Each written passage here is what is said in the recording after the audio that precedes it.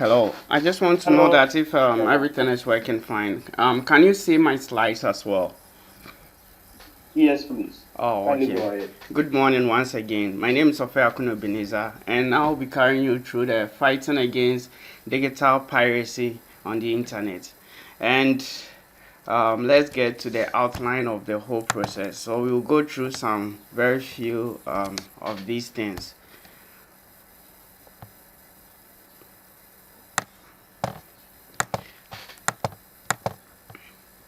Okay, so the outline of this very session is definition of some terms when it comes to piracy and online activities. We will go through how to get copyright protection as well, fighting against piracy on the internet, and finally we go through some useful resources which are free to be used on the internet so that we don't find ourselves being victims of this kind of act.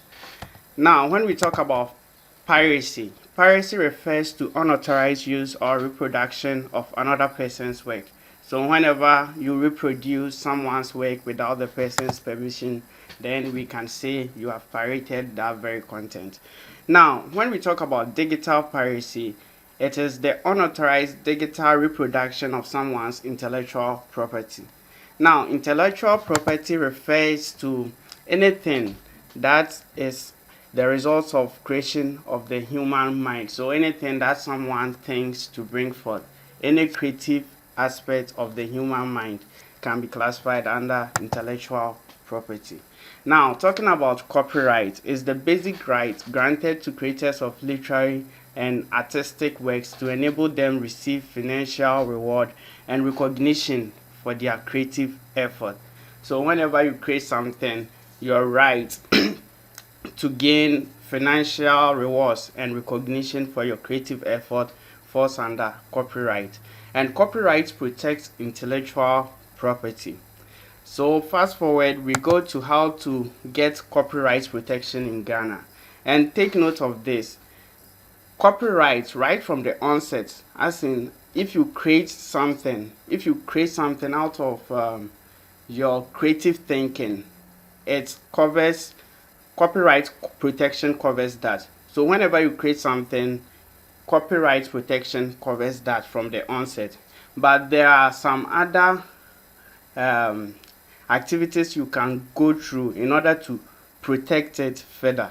We will talk about these activities as we move on through the slides. But the first process you need to do is to submit 2 copies of your work to the Copyright Office. And the Copyright Office in Ghana is located at Adabraka, Accra, and it's closer to the Teachers Hall and the Accra RCC Center around the National Museum. You can also use their digital address, that's why I provided it there. And you need to pay some fee. The fee is not that expensive. When you complete that form of registration, it will take 30 days for you to get your protection guaranteed. You can go to their website as well in order to read more about this very process. But remember, from the onset, as you create something, it covers under copyright protection. Now, let's talk about fair use. This is something that is being abused on the internet because people think every content on the internet covers fair use. But it permits a party to use copyright work without copyright owner's permission for purposes such as criticism, comment, news reporting, teaching, scholarship, or research. This purpose only illustrates what might be considered as fair use. Take note of that, and are not example of what will be considered as fair use. So whenever you are using someone's content, be careful. Even if you fall within this very scope I've mentioned here, it doesn't necessarily mean that it falls under what fair use.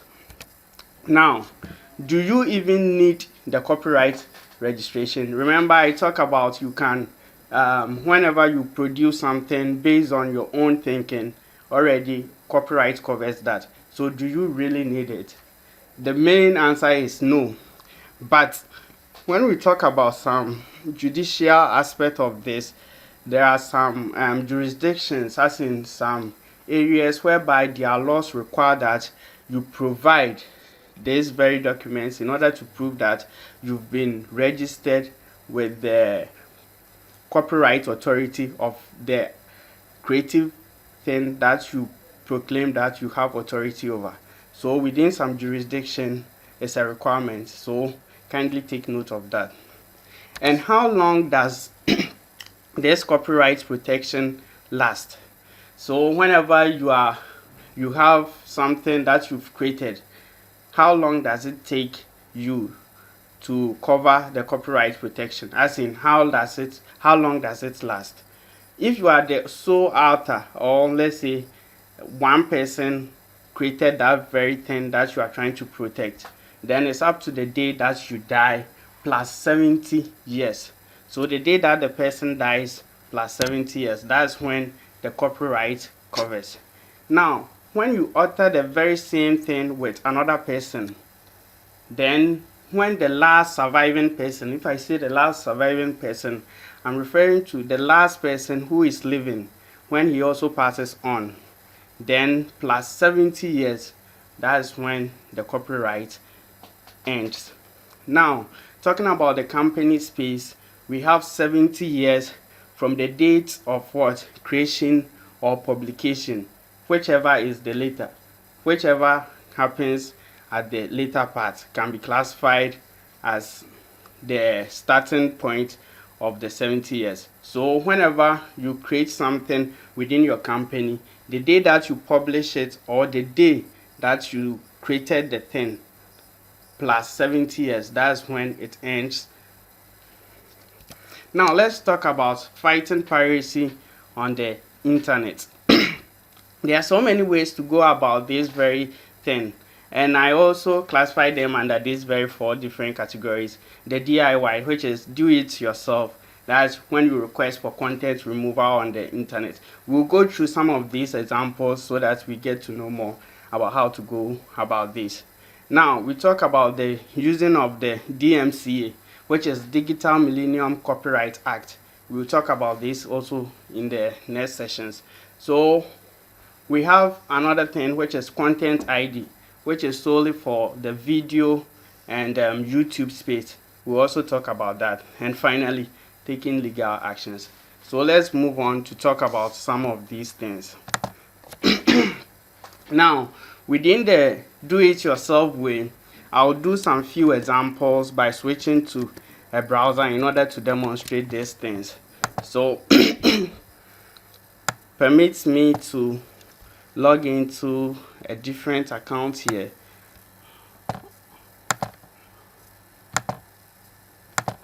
Please hope you can see my screen.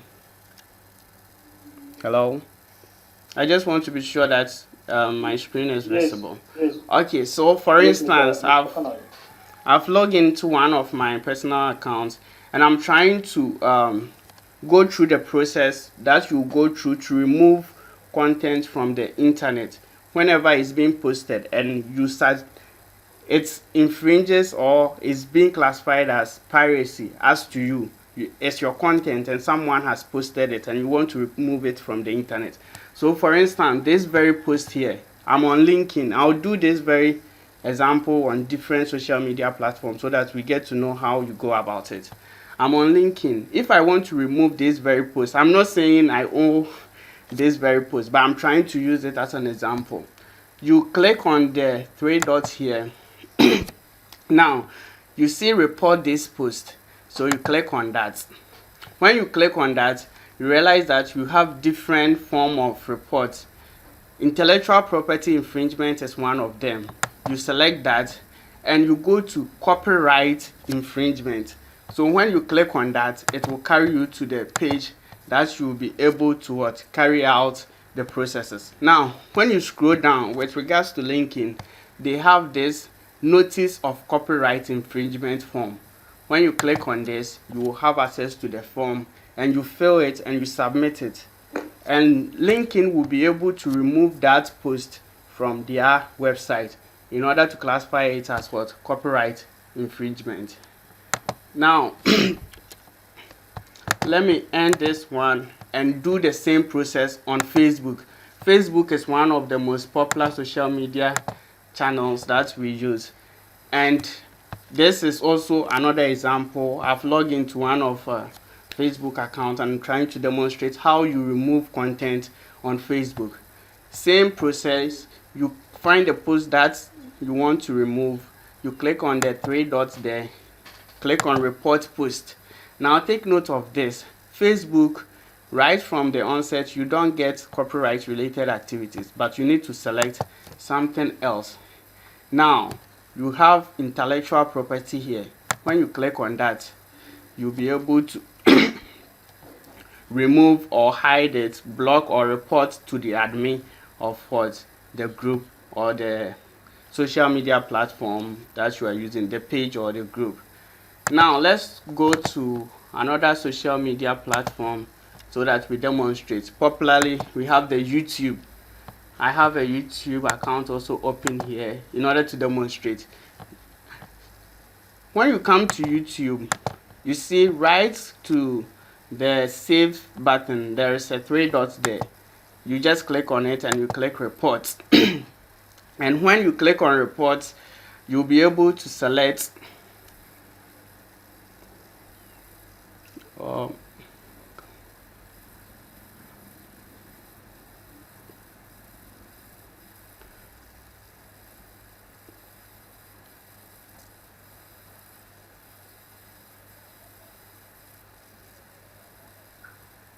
Hello, Mr. Connor.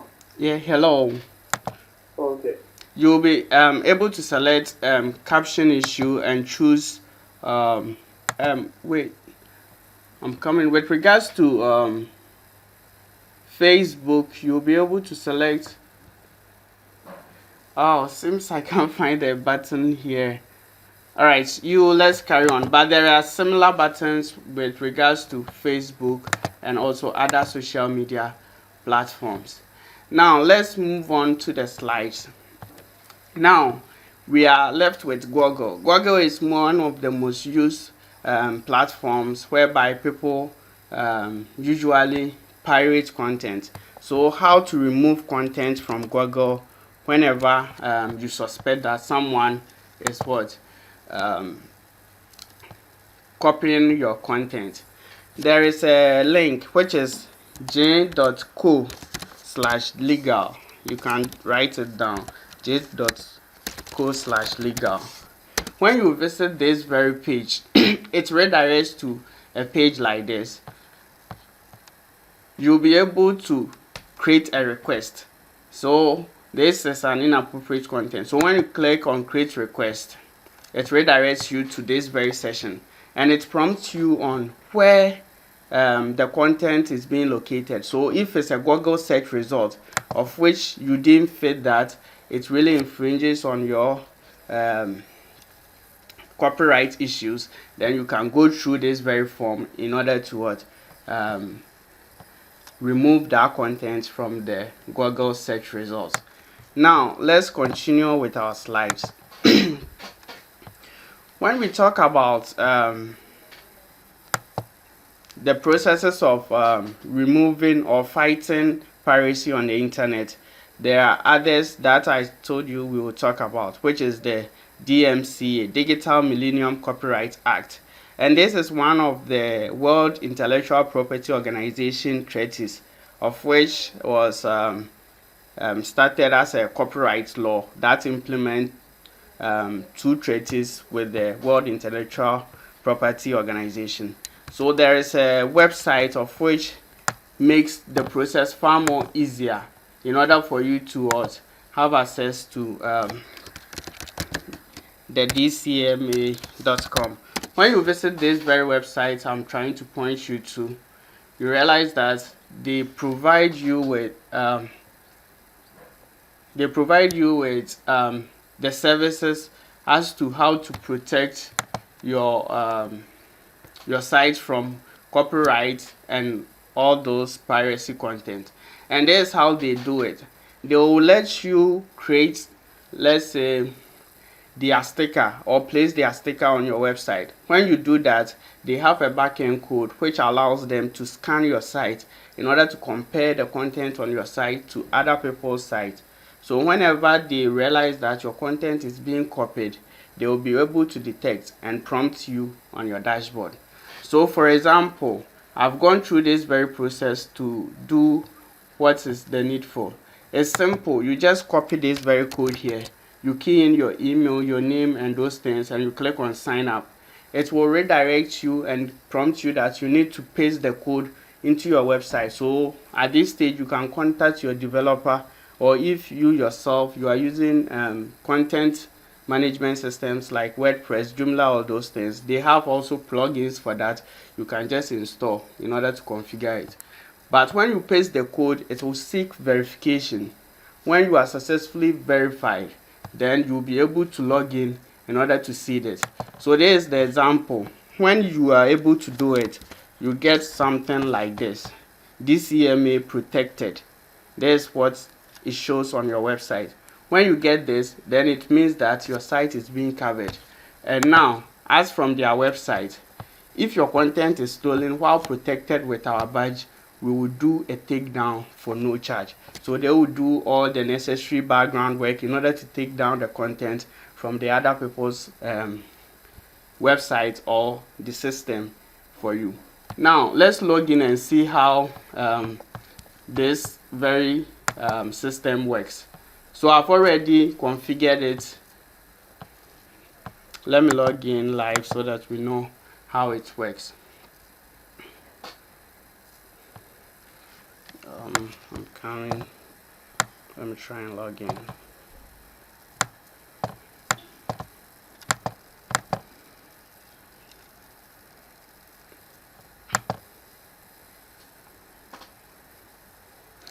Okay, so it will redirect and we will just log in order to demonstrate what I'm saying. There's the dashboard. Now you realize that we have cases session, we have number of sites, and we have monitoring, and we have my account.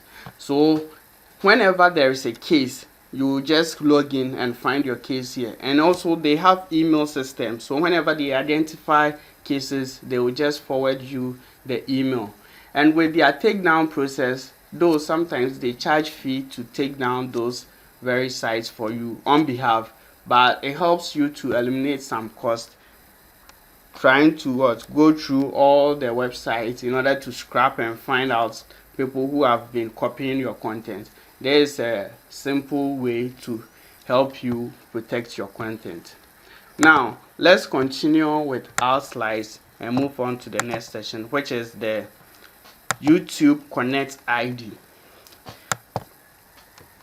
YouTube Connect ID is a digital fingerprinting system developed by Google, which is used to easily identify and manage copyrighted content on YouTube. So this is how the YouTube Content ID works. Whenever you are uploading a video through your YouTube Studio account, the video is being scanned and the fingerprint is being copied into Google's system. This fingerprint is being used to compare with other content people are being posted. So whenever they find similar or perfect match, they will be able to prompt you, the owner of the resource, that someone is using that very same content. So now the responsibility comes to you, the user, to identify what you need to do. So these are some of the things you, the user or the owner, the rightful owner of the content, can do. You can choose to monetize the video on the person's website. So for instance, if the person has uploaded a video onto their YouTube channel, but you are the rightful owner of the video, you can monetize the video on their channel. So whenever someone watches the video, the money that is supposed to be paid to the person will be paid to you directly. Now you can also choose to block the video. So when you block the video, then it means that the video will not show on the person's channel. And you can also track the video. You can also choose to track the metrics and see how the video is faring. So there is an approach that Google is using to help its content creators protect their content. Now let's talk about the legal actions. With this, I won't talk much about it because personally I'm not a lawyer, but when you go through all the processes we've listed to remove the content from all the social media platforms, now it's left with the content on the person's website or on the person's repository. You can contact the person and ask the person to remove. If yes, though the person insists, then you can take legal actions against the person. This, I recommend that you contact a lawyer in order to proceed from there. Now, let's talk about some free resources as internet users and as also content writers that will interest us and help us to be far more effective in our day-to-day activities. When we talk about audio, we have the YouTube audio library. It's a list of most audios that you can use as background sound to your videos, and it's free to use. Now, talking about Unsplash is one of the picture repository websites, of which all the pictures there are free to use, and you can just go there and get a nice picture for your post. Now we have the Maswa, that is like the Unsplash, but this time around they work with short video footages of which you can use within your presentation and the likes. Now, talking about writing of articles and those things, sometimes it's very difficult to go around and paraphrase and do all those things. There are some tools that will be able to help you to do this paraphrasing easier. The name is Crowbots. You can just Google or visit their website. You'll be able to copy content and it will paraphrase in order to help you rewrite the article in your own unique way. As it stands now, these are the various additional resources that is being added to this very session. You can go through and read more on it. And here comes the end of the session. Thank you very much. All right. Thank you, Mr. Connor. That was a very good presentation. So at this moment, we'll take some questions.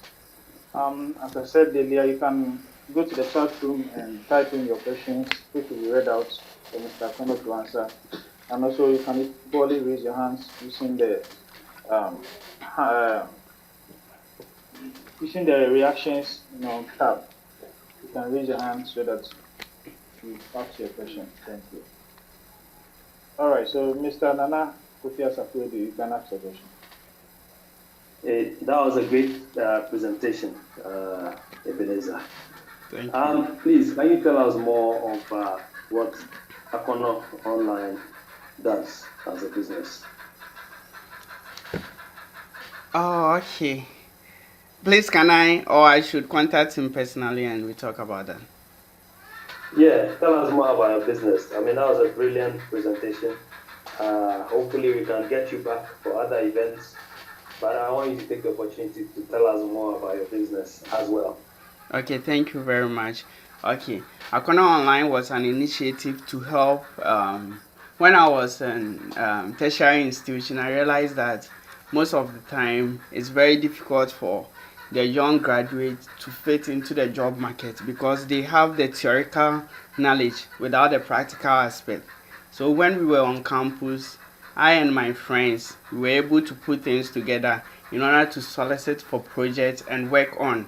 So when the project becomes successful, we were able to put things together and form this very organization. So I was part of the team and we work as it stands now in order to provide services for those trying to get our services. So the baseline is we were students, and yes, still some of the team members are students. We are empowering them to have the real world feel of how to as for instance, like a programmer, if you only focus on the educational system and you come out with your educational background, no one is willing to employ you. So as you are learning in school, alongside you are also exploring with some projects on hand. So we have people from the outside who have experience, of which whenever we are facing challenges, we can also talk to. Then they also help us in order to augment our skills and also bring out nice projects. So that is the whole concept about Akono Online. So we are into programming, web development, graphic design, and also most of the things within the digital space. Thank you very much.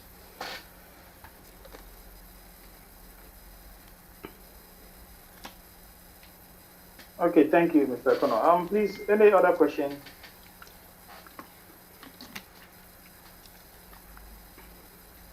And please, you can equally add any contribution you have. If you want to say anything, you can equally add it. Okay, so with regards to the slide, if you want, you can also message me. I'll send the slide to you so that you can have it for later reference. All right. Thank you, Mr. Connor. Thank you, sir. I'm still waiting for questions.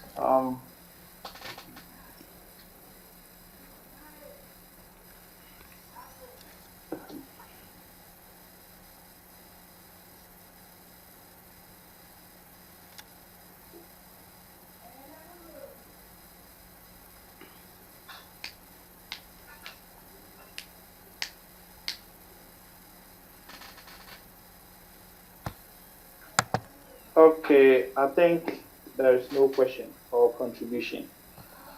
So I would invite Mr. Francis Akwa Amini to give us the closing remarks.